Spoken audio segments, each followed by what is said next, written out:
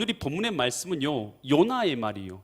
여러분, 요나의 말씀, 요나서 말씀 보면 요나의 한마디로 불순종, 또 요나의 하나님 앞에서의 반항함, 요나의 부족한 모습이 잘 나타나 있어요. 여러분, 그런데요, 이 요나서를 누가 쓴 줄 아십니까? 요나서를 요나가 썼습니다. 여러분, 자기의 부끄러운 모습을 전부 다 기록해 놓고 있는 것이죠. 요나는요, 이 요나서를 쓸 때에 하나님 아버지의 마음을 아는 채로 쓴 자가 된 것이에요. 자기가 그렇게 하나님의 마음을 몰랐고 하나님 마음 없이 제 뜻대로 살았던 요나가 이런 방법을 따라서 내가 하나님의 마음을 알고 나서 이 요나서를 기록한 것이에요. 그래서 이 말씀을 통해서 하나님께서 하나님 아버지의 마음을 요나에게, 자신에게 알려주셨던 말씀을 그대로 기록하고 있어요. 이 말씀을 통해서 하나님께서 이 시간 우리에게 해주시는 음성이 있는 은혜의 시간 되시기를 간절히 축원드립니다. 요나서 4장 1절과 2절 말씀을 우리가 보면요, 4장 1절과 2절 말씀 보면 요나가 매우 뭐하고 있어요? 매우 싫어하고 성을 내고 있어요. 그러면서 2절에서 이렇게 말해요. 여호와께 기도하고 이르되, 지금 요나가 기도하면서 막 화를 내고 있는 거예요. 요나 선지자가 여호와께서 내가 고국에 있을 때에, 고국은 유다 땅이죠, 유다에 있을 때에 이러하시겠다고 말씀하지 않았습니까? 하나님 이러실 줄 알았습니다, 이런 뜻이에요. 하나님은 이러실 줄 알았어요. 그러므로 내가 빨리 어디로 도망했다고요? 제가 하나님께서 니느웨에 가서 복음 전파라 했어도 내가 이러실 줄 알았기 때문에 내가 다시스로 도망한 것이었습니다. 주께서는 어떤 분이라고요? 은혜로우시며 또 뭐 하시고요? 자비로우시며 뭐 하고요? 노하기를 더디하시고 인애가요? 크셔서 뭐 할 줄 알았다는 거예요? 뜻을 돌이켜서 니느웨에게 재앙을 내리기로 하셨다가 그 뜻을 돌이켜서 재앙을 내리지 아니하신 하나님이신 줄을 내가 알았습니다. 그러니까 지금 요나가 지금 화를 내고 있잖아요. 요나는 누굽니까? 선지자죠. 아니, 선지자가 어떻게 이럴 수가 있느냐, 이런 생각이 들잖아요. 지금 뭐 있어요? 하나님이 니느웨에 가서 복음 전파라 했어요. 그래서 니느웨에 가서 회개하라고 복음 전파했어요. 회개 안 하면 하나님의 큰 재앙이 있어서 이 니느웨 성 다 무너질 것입니다 라고 선포를 한 거예요, 하나님의 뜻대로. 그랬는데 하나님이 니느웨 성을 멸망시켜요, 안 멸망시켜요? 그들이 회개하는 것을 보면서 멸망을 안 시킨 거예요. 멸망을 안 시키면, 여러분, 멸망을 안 시키면, 그들이 회개하고 돌이키면 요나 선지자는 어떻게 했어야 돼요? 아, 기쁘다, 저들이 회개하고 돌이켰으니까 기쁘다, 이래야 될 거 아니겠어요? 근데 요나는 지금 회개하고 돌이키니까 뭐 하고 있어요? 화가 내는 거죠. 분내고 화내고 막 그렇게 성내고 있는 거잖아요. 싫어하고 성내고 있잖아요. 여러분, 왜 그럴 것 같아요? 여러분, 이 지금 니느웨라는 곳이 어떤 곳이냐 하면 이 아수르의 수도가 니느웨예요. 아수르는요, 이스라엘을 전쟁으로 맨날 공격합니다. 군대를 이끌고 가고 쳐들어와요. 여러분, 전쟁 일어나면 사람 죽어요, 살아요? 수많은 사람들이 죽죠. 아수르는 또 큰 군대여가지고 당시에 패권을 장악하고 있는 그런 나라였어요. 그러니까요, 큰 군대를 이끌고 와가지고 이스라엘에 있는 아녀자들 막 죽이고요, 사로잡아 가고요, 자녀들 노예로 사로잡아 가고요, 그리고 물건 같은 거 다 뺏어 가고요, 훑어서 지나가는 거예요. 싹 훑어서. 그리고는 또 다른 나라로 가서 정복하고 또 다른 나라 정복하고, 그런 나라가 바로 아수르이고 아수르의 수도가 니느웨인 거예요. 여러분, 생각만 해도 이가 갈리는 나라가 어디 나라냐면 바로 이 아수르예요. 이스라엘 백성들에게 북이스라엘을 BC 722년에 멸망시킨 장본인 나라가 바로 아수르예요. 그러니까 생각해 보세요. 여러분, 이가 갈리는 나라가 민족의 원수가 바로 이 아수르예요. 근데 아수르에 가서, 수호에 가서 복음을 전파하는 거예요, 하나님이. 여러분, 요나 선지자가 하나님의 말씀을 거슬려서 갔다, 우리가 그거 갖고 비난 많이 하지만 요나 마음은요, 지금 너무나 미운 것이죠. 용서할 수 없는 사람인 거죠. 그들이 행한 그들의 죄악에 대해서 마땅한 징벌을 하나님께서 내려주시기를 바라는 마음이 그 마음 안에 가득 차 있는 것이죠. 그런데 하나님께서 가서 전파라고 해서 어쩔 수 없이 물고기 뱃속에 들어갔다가 토해져 나와가지고 어쩔 수 없이 복음을 전파했는데, 전파하면서도 이런 생각했을 거예요. 너희들 절대로 뭐 하지 마라? 회개하지 마라. 너희들 절대로 회개하지 말아라. 절대로 돌이키지 말아라. 돌이키지 말고 그렇게 그냥 쭉 살다가 다 어떻게 되라? 하나님 앞에 멸망받고 심판받고 지옥에 다 떨어져 버려라. 요나 선지자의 마음 다 그 마음인 거예요. 이들이요 회개하고 돌이킬 마음은 전혀 없는 거예요. 그들이 그냥 그렇게 쭉 살다가 그 지은 죄대로 멸망받기를 바란 마음이 요나 선지자의 마음이 가득했던 거예요. 그런데 어쩔 수 없이 복음 전파했는데 그들이 어때 버려요? 죄를 회개해 버린 거예요. 하나님 앞에서 임금부터 시작해서 동물까지 다 금식하고 하나님 앞에서 죄에 앉아가지고 회개하고 돌이켜 버리니까 하나님께서 재앙을 안 내리겠다는 거예요. 그 요나 선지자 지금 마음이 어때요? 마음이 복잡한 거예요. 복잡한 거예요. 그래서 분내고 화내고 있는 거예요. 여러분, 우리가 이것을 생각할 때에 여러분, 다른 사람, 저 멸망받을 사람만 생각하지 말고요, 내가 누군지를 먼저 알아볼 필요가 있어요. 여러분, 저와 여러분이 어떤 분인 줄 아십니까? 여러분, 하나님의 공이라는, 하나님의 율법과 공이라는 그 엑스레이에 따라서 여러분 우리를 찍잖아요. 그러면 어떤 결과가 나오냐 하면, 엑스레이를 쫙 찍으면 우리는 어떤 존재예요? 지옥에 갈 사람이라는 결과가 나오는 거예요. 사망 가운데 던져지고 지옥에 갈 사람, 이렇게 결과가 나오는 게 우리예요. 하나님의 법에 따라서, 하나님의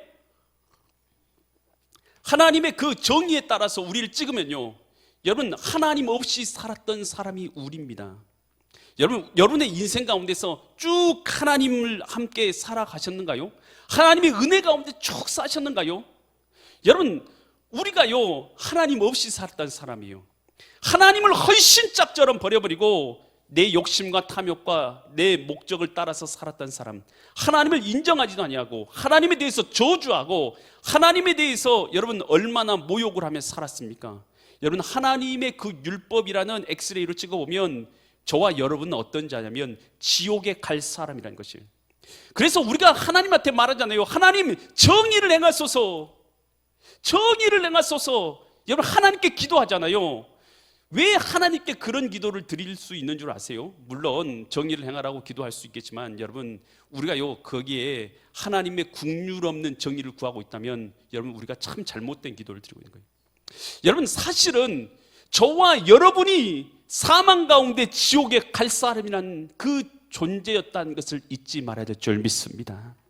하나님이 정의대로만 했으면 여기 있는 저와 여러분들은 전부 다 사망 가운데 던져졌을 것이고 전부 다 지옥에 가야지만 한 사람들인 것이에요. 여러분, 하나님의 정의대로만 한다면, 하나님의 정의대로만 한다면 저와 여러분들은 다 지옥에 있어야 될 사람들 아니겠습니까? 여러분, 그래서요, 하나님께서 지금 이 니느웨 같은 나라의 백성이라 할지라도 하나님께서 이들을 건져주시는 것은 하나님의 그 가운데 있는, 우리가 알지 못한 하나님의 사랑이 그 가운데 있는 것을 깨달을 수 있기를 바랍니다. 이 남아프리카 공화국은요, 영국의 식민지였죠. 그래서 오랜 기간 영국의 식민지였다가 영국에서 식민지에서 이제 해방이 되었어요. 그래도 불구하고 소수의 백인이 다수의 흑인들을 다스리는 이 말도 안 되는 그런 구조 가운데 있었던 게 남아프리카 공화국이었죠. 그러니까 백인들 소수가요, 흑인들을요, 무력을 통해서 또 핍박을 하고, 그리고 감옥에 가두고, 또 그리고 매질을 하고, 이런 방법을 통해서 아주 차별을 하면서 그렇게 지배를 하고 있었던 게 남아프리카 공화국이었어요.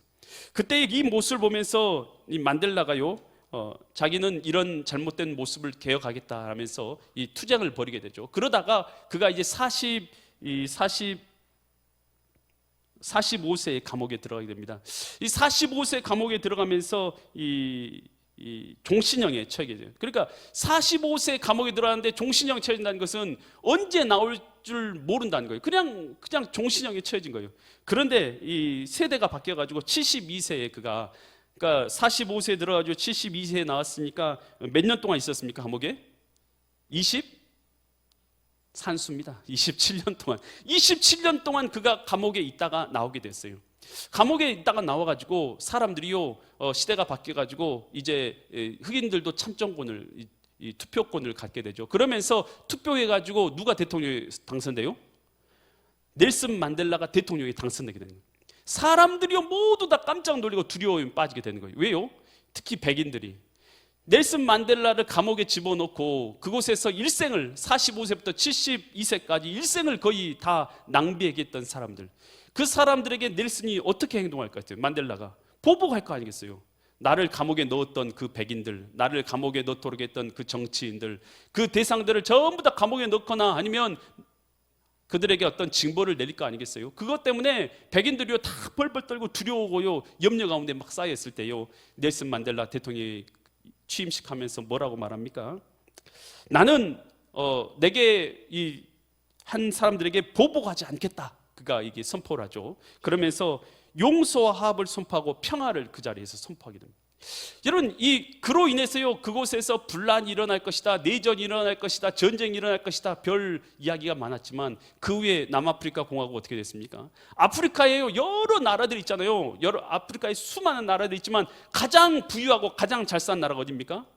남아프리카 공화국이에요. 여러분, 그 가운데서도 가장 부유하게 잘 살고 있는 나라가 된 것이 남아프리카 공화국이에요. 여러분, 하나님의 뜻에 따라서 사랑하고 용서할 때 이루어진 하나님의 평화인 줄 믿으시기 바랍니다.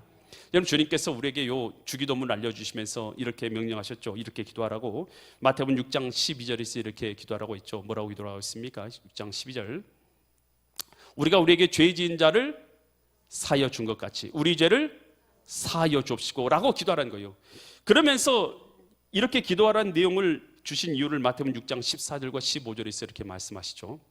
너희가 사람의 잘못을 뭐하면요? 용서하면 너희 하늘 아버지께서 너희 잘못을 뭐한다고요? 용서하시려니와. 15절. 너희가 사람의 잘못을 용서하지 아니하면 너희 아버지께서 또 너희 잘못을 용서하지 아니하시리라. 여러분, 이 말씀의 뜻은 어떤 뜻이냐 하면 오늘 우리가 십자가 앞에서 주님 앞에 용서함을 받은 자인 줄 믿습니다. 여러분, 우리가 주님 앞에 용서받은 것을 믿으십니까? 주님의 십자가가 우리의 죄를 용서하신 걸 믿으십니까? 그렇다면 오늘 주님의 십자가를 부끄럽게 하지 않는 삶은 우리가 용서하는 삶인 줄 믿습니다. 그러면서 요나가요 씩씩거리면서요, 그래 하나님께서 이 니느웨 성을 어떻게 멸망시키는가 그래도 끝까지 보고 싶은 거예요. 그래서 이 니느웨 동편 산에 올라가가지고 초막을 짓고 그거 엎드려가지고 니느웨가 이제 어떻게 멸망되는가 이제 보고 싶은 거예요. 그래서 하나님 그래도 어떻게 하나님께서 나중에 좀 멸망시키겠지 하면서 재앙이 어떻게 내리겠지 그런 마음에 하나님 앞에서 이제 니느웨 성을 딱 보고 있는 거 이렇게 엎드려가지고. 근데 떼약볕이요 내려찌니까요 땀이 삐질삐질 나고 몸이 덥고 막 그래요. 그래서 막 덥고 힘들고. 그런데 갑자기요 어디서 박농쿨이 갑자기 자라나기 시작하는 거예요. 박농쿨이 하루 만에 자라나는데 얼마나 빨리 자라는데요, 이파리 이제 쫙 펴지는 거예요. 그러니 시원하게 그늘을 만들어주는 거예요. 여러분, 이 지중해성 기후의 특징이 있어요. 그늘 안에만 들어가면 시원합니다. 그곳에는 이렇게 우리나라처럼 그렇게요 습기가 많지 않아요. 그래서 지중해성 기후에 들어가면 우리나라 같지는 않아요. 그래서 그늘 안에만 들어가면 시원해요. 그러니까 박농쿨이 싹 쳐져가지고 햇볕을 가려주니까요 시원한 거예요. 그러니까 그가요 콧노래도 나오고 기분도 좋아요. 그렇게 떼약볕 밑에 있다가 박농쿨이 생겨가지고 기분 좋게 있는데 갑자기요 그 다음날 됐더니 웬 벌레가 한 마리 오더니 이 박농쿨의 뿌리를 갉아먹기 시작하는 거예요. 뿌리를 갉아먹더니 하루아침에 그 박농쿨이 어떻게 돼버려요? 죽어버린 거예요. 그러니까 햇볕이 자기 햇볕을 가려주던 그 박농쿨의 잎사귀가 있어요 없어요? 다 없어져 말라버려요. 그러니까 그때 요나가 어때요? 화가 막 나는 거예요. 신경질가 나는 거예요. 그래서 하나님 앞에 막 뭐라고 하냐면 하나님 나 죽여주십시오. 아니 박농쿨 하나 잘라 없앴다고 하나님께서 죽였다고. 하나님 앞에 나 죽여주십시오. 너가 그렇게 화내는 것이 하나님이 옳으냐 이렇게 하나님 말씀하세요. 그래도 예 맞습니다. 저 화내서 죽을지라도 저 화내서 죽는 게 맞습니다. 여러분, 우리 인간이라는 존재가요 이렇게 연약해요. 여러분, 박농쿨 하나만 없어도요 우리 인간이라는 존재는요 하나님 앞에 죽여달라고 한다니까요. 우리 인간이라는 존재의 연약함을 그대로 보여주는 거예요. 대단한 선지자 요나 선지자, 물고기 뱃속에 들어갔던 선지자, 뭐 하나님의 음성을 통하는 선지자라고 해도요 박농쿨 하나만 없어봐요. 그러면 하나님 앞에서 화내고 성질 내면서 하나님 나 죽여주십시오. 너 성질 내는 거 옳으냐? 네, 성질 내다가 죽어도 좋습니다. 여러분, 이게 인간의 연약함이에요. 요나 선지자가 이 책 썼잖아요. 자기의 연약함을 그대로 잘 써놓은 거예요. 여러분, 우리 인간은요 이렇게 연약한 것이에요. 여러분, 하나님께서 뭐한데 박농쿨 나게 했다가 박농쿨을 없앴을까요? 이유가 있을 거 아니겠어요? 요나 선지자에게 하나님 아버지의 마음을 깨우쳐 주려고 박농쿨을 줬다가 박노크를 뺏은 거예요. 그러면서 하나님이 이렇게 말씀하세요. 요나서 4장 10절처럼 이렇게 말씀하세요. 여호와께서 이르시되 내가 수고도 아니하고 내가 재배도 아니하고 하룻밤에 났다가 하룻밤에 말라버린 이 박노크를 아꼈느냐? 너가 심었어? 안 심었죠. 너가 재배했어? 안 했죠. 물이라도 줘봤어? 안 줘봤어요. 그런데 그것이 하루 만에 났지. 그랬다가 하루 만에 사라졌지. 그런데 너 그거 아꼈어? 안 아꼈어? 나 그거 정말 아껴서 죽을 만큼 아꼈죠. 그런데 주님께서 뭐 하려고 이렇게 하시냐? 11절을 말씀하시려고 그런 거예요. 하물며 이 큰 성읍 니느웨 좌우를 분별하지 못하는 자가 12만 명이요 가축도 심히 많이 있는데 내가 어찌 아끼지 아니하겠느냐? 너 하나님 아버지, 너 하나님의 마음을 너 아느냐? 너가 심지도 않은 박노크를 하나 갖고 너 그렇게 성내고 분내고 너 죽여달라고 하지. 그런데 이곳에 얼마나 많은 사람이 있느냐? 이 사람들 영혼이 얼마나 귀하냐? 내가 이들을 만들고 내가 이들을 지었고 이들을 내가 먹이고 이들을 입혔고 지금까지 자라게 한 게 나다. 여러분, 하나님의 마음이 바로 그런 마음인 거요. 하나님의 마음은요, 영혼을 사랑하는 마음인 줄 믿으시기 바랍니다. 여러분, 하나님의 마음은요, 사람은요 뭘 귀하게 여기냐면 돈을 귀하게 여겨요. 사람은요, 사람의 생명도 다 돈으로 취급합니다. 요즘은 물질 만능주의 세상 대보세요. 물질 만능주의 세상에는요, 돈을 많이 얻는 것 그것만이 목적이에요. 사람의 생명도 돈으로 환산해요. 여러분, 그러지만요, 하나님 앞에서는요, 하나님은 영혼이 가장 귀한 줄 믿으시기 바랍니다. 여러분, 잃어버린 양 한 마리를 위해서 양 99마리를 들판에 놓고 한 마리 양을 찾아서 헤매는 것이 목자의 심령이라고 했잖아요. 그것은 경제적 관점이 아니에요. 그것은 양을 사랑하는 목자의 마음인 것이죠. 추울 때나 더울 때나 길거리에서 그 들판에서 그 양을 안고 자고, 그리고 들짐승으로부터 그 양을 지켰던 그 양, 점 위치만 봐도 그 점의 위치를 보면서 이 양이 어떤 양인지 구분했던 그 양. 그 양은요, 사랑의 대상인 것이에요. 그래서 그 99마리를 다 내버려두고 한 양 찾아서 들판을 헤매는 것이요, 이것이 바로 하나님 아버지의 마음인 줄 믿으시기 바랍니다. 죄인 한 사람이 회개하고 돌아오기를 바라서 하나님께서는 독생자 예수님을 이 땅에 보내주셔서 우리를 위해서 십자가상에서 물과 피를 흘려주게 하신 것, 이것이 바로 하나님 아버지의 인간을 사랑하시는, 영혼을 사랑하시는 당신의 마음인 줄 믿으시기 바랍니다. 거라사 군대 귀신 들린 자, 여러분, 사람들에게는 이 거라사 군대 귀신 들지 않은 아무 쓸모없는 사람인 거예요. 정말 쓸모없는 사람이요. 귀신 들려서 소리나 지르고 있지, 뻘거벗고 있지, 지나가는 사람한테 해를 끼치지. 여러분, 이 사람은요, 아무 도움이 되지 않는 사람이에요. 여러분, 그런데요, 아무 도움이 되지 않아요. 그런데 예수님께서는 그 영혼을 귀하게 여기시죠. 그리고 거기 있는 그 귀신에게서 명하여서 그에게서 나와서 이 돼지떼에게 들어가라 하시죠. 여러분, 사람들에게는요, 당시에 이 돼지떼는요, 그들의 경제에 필요한 모든 거였어요.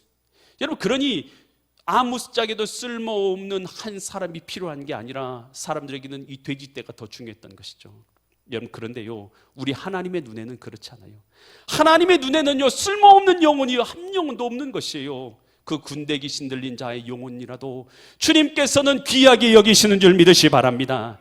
여러분, 주님 앞에 쓸모없는 영혼은 없는 줄 믿으시기 바랍니다. 주님께서 피 흘려서 생명을 주시기까지 사랑하신 영혼만 있을 뿐인 줄 믿으시기 바랍니다.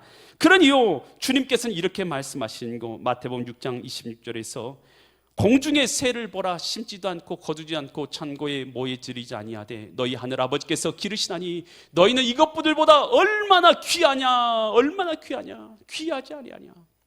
여러분, 오늘 우리가요, 주님 앞에요, 새들보다, 여러분, 어떤 것보다, 세상 어떤 것보다 우리 하나님 앞에는 우리가 귀한 존재인 줄 믿으시기 바랍니다. 여러분, 우리가 보기에는 저 영혼, 귀하지 않은 영혼이 있을지 모르겠어요. 그러나 하나님 아버지 앞에 귀하지 않은 영혼은 한 영혼도 없는 줄 믿으시기 바랍니다. 나이 들은 영혼이라 할지라도, 갓난 아이의 영혼이라 할지라도 주님 앞에는 귀한 영혼인 줄 믿으시기 바랍니다. 그러면서 주님의 마음을 이제 이 요나 선지자가 알게 되었잖아요. 여러분, 지금 이 성경에요, 요나 선지자의 아주 치부들이 다 나왔죠. 하나님 앞에, 하나님 나 싫어요, 성내고 나 죽여주십시오, 막 그렇게 말하고 하나님 앞에 불순종했던 모든 모습들이, 요나의 모습들이 다 나와 있어요. 여러분, 이 요나서를 요나가 썼어요. 지금 이 요나는 이 요나서를 쓸 때는요, 하나님 아버지의 마음을 이러한 과정들을 통해서 깨달은 자가 된 줄 믿으시기 바랍니다.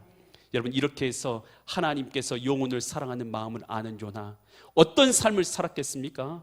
자기가 정말 신호했던 이 니느웨 백성들이라 할지라도 하나님께서 사랑하신다라는 것을 알았겠죠. 그래서 하나님 앞에서 하나님이 사랑하시는 저 민족을 바라보면서 그 영혼을 구원하는 삶을 살았을 것이 요나 선지자의 삶인 줄 믿으시기 바랍니다. 여러분, 우리가요, 하나님 아버지의 마음을 알아야 될 줄 믿습니다. 하나님의 아버지의 마음은 영혼을 사랑하는 마음이요, 십자가상에서 독생자 예수님을 내어주기까지 사랑하는 그 사랑의 마음인 줄 믿으시기 바랍니다. 이 양화진에 가면요, 이 선교사님들의 묘지가 있어요. 선교사님들의 묘지가 있는데, 그곳에 이 루비 캔들릭이라는 우리나라의 선교사로 왔다가 25살에 죽은 여자 선교사님의 이 묘비가 있어요. 거기 묘비명에 이런 말이 기록되어 있어요. 항상 이 루비 캔들릭 선교사님이 늘 하던 말이에요. 만일 내게 1000개의 생명이 있다면 모두 조선을 위해서 바치고 싶다. 여러분, 한 번도 보지도 못했던 이 나라, 하나님이 사랑하신다고 해서 우리나라에 와서 복음을 전파하다가 급성 맹장염으로 죽었어요. 그 죽은 사람, 그런데 죽으면서도 늘 했던 말이, 내게 1000번의 목숨이 있다 할지라도 1000번의 목숨을 다 이 조선에 바치고 싶다라고 했던 사람이에요. 그가 죽기 얼마 전에 자기 어머님한테, 부모님한테 편지를 보냅니다. 아마도 그가 죽을 것을 예상한 것 같아요. 그런데 그때 보낸 편지의 내용이 이것이에요. 사랑하는 아버지 어머니, 이곳 조선 땅에 오기 전 집들에 심었던 꽃들이 활짝 피었다는 소식을 들었을 때 하루 종일 집 생각만 했습니다. 아마 내년 봄이 되면 온통 우리 동네는 제가 심은 노란 꽃으로 덮이겠죠. 아버지 어머니, 이곳 조선 땅은 참으로 아름다운 곳입니다. 모두들 하나님을 닮은 사람들 같습니다. 선한 마음과 복음에 대한 열정으로 보아 아마 몇십 년이 지나면 이곳은 예수님의 사랑이 넘치는 곳이 될 것 같습니다. 저는 복음을 듣기 위해 20km를 맨발로 걸어오는 어린 아이들을 보았을 때 그들 안에 있는 하나님의 사랑 때문에 오히려 위로를 받습니다. 그러나 한편에서는 탄압이 점점 심해지고 있습니다. 그저께는 예수님을 영접한 지 일주일도 안 되는 교인 서너 명이 끌려가서 순교를 했고, 토마스 선교사와 제임스 선교사도 순교했습니다. 선교 본부에서는 철수하라는 지시가 있었지만 대부분의 선교사들은 그들이 전도한 조선인들과 아직도 숨어서 예배를 드리고 있습니다. 그들은 모두 순교할 작정인가 봅니다. 오늘 밤은 유난히도 고향으로 돌아가고 싶습니다. 외국인들을 죽이고 기독교를 증오하는 곳이라고 부두에서 저를 끝까지 말리시던 어머니의 얼굴이 자꾸 제 눈에 어립니다. 아버지 어머니, 어쩌면 이 편지가 마지막일 수도 있습니다. 저는 이곳에서 작은 씨앗이 되기로 결심했습니다. 제가 씨앗이 되어 이 땅에 묻히게 되었을 때 아마 하나님의 시간이 되면 조선 땅에는 많은 꽃들이 피고 그들도 여러 나라에서 씨앗이 될 것입니다. 저는 이 땅에 저의 심장을 묻겠습니다. 바로 이곳은 조선을 향하는 저의 열정이 아니라 조선을 향한 하나님의 사랑이라는 것을 알게 되었습니다. 아버지, 어머니 사랑합니다. 정말로 이 25살의 정말 이 젊은 선교사님이 이 아버지 하나님의 사랑의 마음을 알았기에 이 땅에 자기의 생명을 씨앗으로 뿌린 이 사랑의 모습인데요. 여러분, 하나님 아버지의 마음을 알았기에 이처럼 사랑의 씨앗이 될 수 있는 줄 믿습니다. 오늘 우리가 하나님 아버지의 마음을 알아서 우리도 이 사랑의 씨앗이 되어서 생명을 살리는 복음의 씨앗이 되시기를 예수 그리스도 이름 받들어 간절히 축원드립니다.